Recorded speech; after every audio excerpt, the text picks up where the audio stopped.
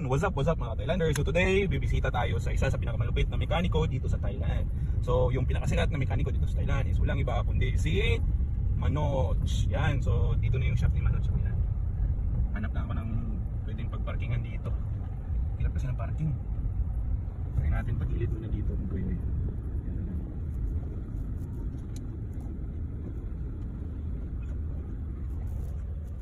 Yan, so dito na tayo. Yan yung shop niya. So kunin lang natin yung So ito na nga, ginulat ko na dito si Manoj, no? Yan, gulat siya eh. Yan, tapos si Mrs. naman nag-greet siya. So yan, nagkakaintindihan naman kami. Kahit meron akong broken tie. Yan, ang hirap kasi ng salita nila dito. Tapos yung, yan, i-check ko na yung order natin. Kasi meron tayong order na kukunin dito.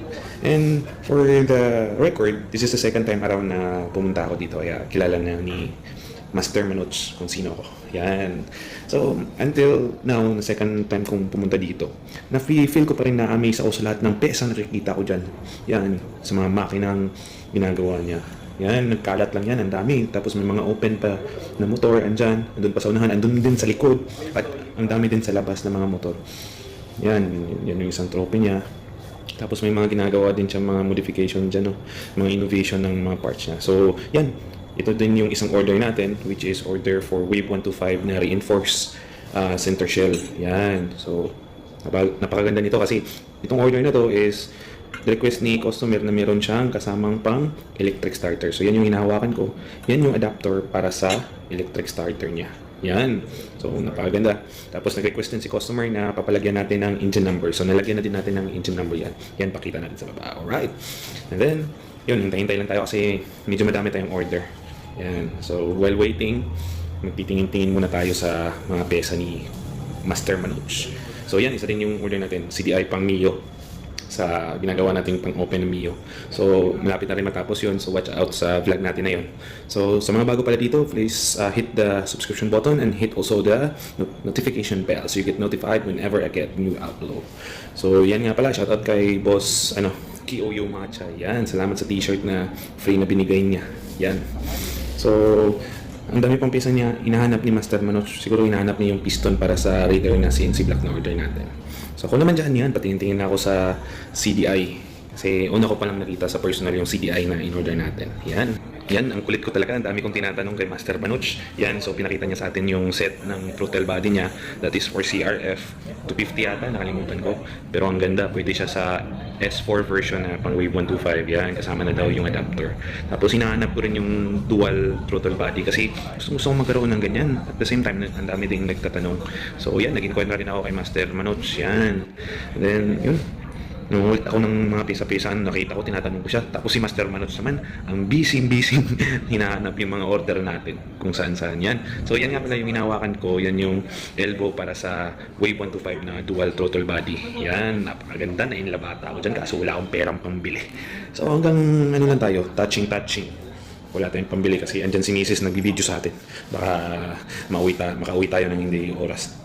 Importante pa naman makuha yung mga order para mapadala na sa Pilipinas. Yan. Then dito meron akong nakita. Yan. Meron akong lalapitan. Yan. Kita mo? Yung inaano ko? Yan. Yan yung yan yung tambucho sa nag-champion sa 2+4 na category sa NGO drag race nila dito. NGO 2024. Parang second leg na ata ngayon eh. Yan. Hawak ko yung nag-hold ng new record at nag-champion sa NGO League 2 sa 2+4. Yung dati, yung nag-champion nung nakaraan si Boss Axel Teves. Yan, Team Philippines. But then, yan na yung nag-champion ngayon sa category na yun. Tapos, yan, tanong-tanong pa rin ako. Tapos, meron siyang pinapakita sa aking tambucho. Yung tambucho na yun daw yung pang super open ng Wave 125. Yan na yung hawak ni Kuya. Yan, ang laki. Ang laki. Yan nga pala yung old logo ng AUN or AYUN. Ang laki. Tapos ang ganda, sarap ilagay yan para sa mga pang motor show natin, no? Kung marami lang talagang pera, bibilhin ko yan lahat. Kaso wala tayong pera eh. Andito tayo para magnegosyo, para magkapera at ipon ng pera at pambayad ng mga utangs. Alright? So, yun nga. May tinuturo-turo na naman tayong pesang nakita. Ano nga to, Master Manoj? Paki-explain nga sa akin ano tong nakikita kong, iwan ko ba?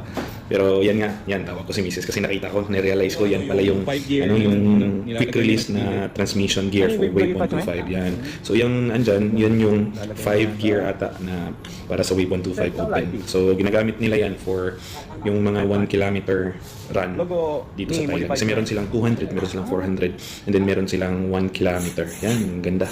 Ayos. At yun nga, meron na naman tayong dinuduro-duro. Meron tayong nakita. Ang ganda ng CNC talaga. Oh, CNC yan for Raider car. Hindi pala. Raider FI yung hinahawakan natin. But meron naman tayong Raider carburetor dito, which is that one yan. Order. Shoutout nga pala from Zamboanga del Norte, Iloilo. Yan. Maraming salamat po sa pag-order at sa tiwala. Yan o. Yun yung mga order natin. So meron ba tayong hinihintay? So yun nga, na-board na ako dun sa loob. Kaya lumabas ako dito. Kasi ang daming motor dito sa labas. Ang dami nilang ginagawa. Yan, meron yung booster ng TR 50. And then meron din yung puso dito, which is yung yan, 25cc na pwede siyang lagyan ng head block ng PCX. Open TR. Join ang tatawag sa yan, 4 valves na din yan. 5cc to 4 valves. Pero pwede siyang lagyan ng 6 head block. Tsaka crankshaft. So, ayan na, makomplete na yung orders natin. Yan, tuturo na natin dito si Master Manoj. Yan, maraming salamat Master Manoj sa pagbigay ng aking orders. Yan, you know, yung batang may nabiling laruan na uwi na. Yan, ganda ng smile. Alright, so dito na magtatapos ang adventure natin papunta sa shop ni Master Manoj. Alright, maraming salamat.